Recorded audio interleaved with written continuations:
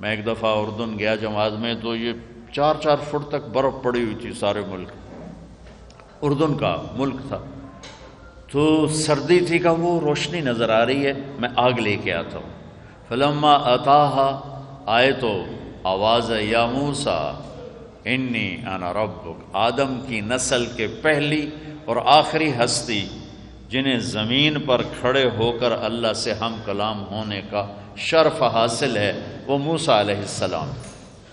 یا موسیٰ انی انا ربک، موسیٰ میں تیرا رب، تجھ سے مخاطب ہوں، فخلع نعلیک، جوتا اتار، انک بالوادی المقدس طویٰ، تو پاک وادی میں آ چکا ہے، وانا اخترتک، میں تمہیں پسند کر چکا ہوں، فاستمع لما یوحیٰ، فاسمع سنو، فاستمع سارے خیال نکال کے غور سے سنو۔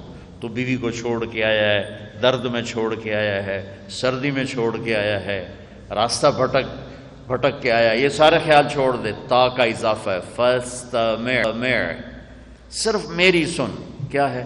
اننی انا اللہ لا الہ الا انا، میں ہی ایک اکیلا اللہ ہوں، میرے علاوہ کوئی نہیں، فاعبدنی، میرا ہی بندہ بن کے زندگی گزار، میرے ہی آگے جھک جا، میری ہی مان کے چل۔ ہر نبی نے یہ پیغام دیا، عیسیٰ علیہ السلام نے بھی کہا کہ اللہ ہی اللہ ہے، ایک اللہ ہے، لیکن یہود نے کیا کیا؟ وقالت الیہود عزیر ابن اللہ، موسیٰ علیہ السلام کی امت نے کیا کیا؟ ان کے جانے کے بعد حضرت عزیر کو اللہ کا بیٹا بنا دیا۔ وقالت النصارى المسیح ابن اللہ، عیسیٰ علیہ السلام کی امت نے ان کے جانے کے بعد کیا کیا؟ کہا عیسیٰ اللہ کا بیٹا ہے، اللہ کے تعارف کو مسخ کر دیا، خود ہی وہ اس توحید کی امانت کو سنبھال نہ سکے۔ ہم پر اللہ نے 2 احسان کیے، ایک محمد مصطفیٰ صلی اللہ تعالی علیہ وسلم کا امتی بنایا، پھر آپ کی امانت کو سنبھالنے کی توفیق عطا فرمایا۔ اگرچہ ہم عملی طور پر بہت کمزور ہیں، قرآن سے دور ہیں، سیرت سے دور ہیں، لیکن آج جس طرح میرے نبی پہ قرآن اترا تھا اسی طرح زیر زبر کے ساتھ موجود ہے، جو میرے نبی کی مبارک سے فرمان نکلا تھا وہ اسی طرح آج ہمارے پاس موجود ہے۔ باقی سب تبدیل ہو گیا، تورات تبدیل ہو گئی، بائبل تبدیل ہو گئی، انجیل تبدیل ہو گئی، ساری کتابیں تبدیل ہو گئیں اور زبور کا نشان مٹ گیا، لیکن قرآن جس طرح اترا تھا اسی طرح آج بھی موجود ہے، بغیر کسی کمی اور بیشی اور زیر و زبر کے اس امت نے اس کو سنبھال کے رکھا۔ تو ہمارے نبی پاک صلی اللہ علیہ وسلم کا پہلا اور بڑا اور سب سے بڑا احسان کہ انہوں نے کہا کہ اللہ کہتا ہے قل هو اللہ احد، بتا دو انہیں کہ وہ بے یکتا ہے، اکیلا نہیں، اکیلا ہوتا ہے واحد، یکتا جس کی نظیر کوئی نہ ہو، جس کی مثال کوئی نہ ہو، جو بے مثل ہو۔ ایوان قائد اعظم کے مناظر آپ ملاحظہ کریں ہیں جہاں پر معروف مذہبی اسکالر مولانا طارق جمیل کی جانب سے خصوصی لیکچر دیا جا رہا ہے۔ بلٹن میں اب تک کے لیے اتنا ہے، آپ دیکھتے رہیے سٹی 42۔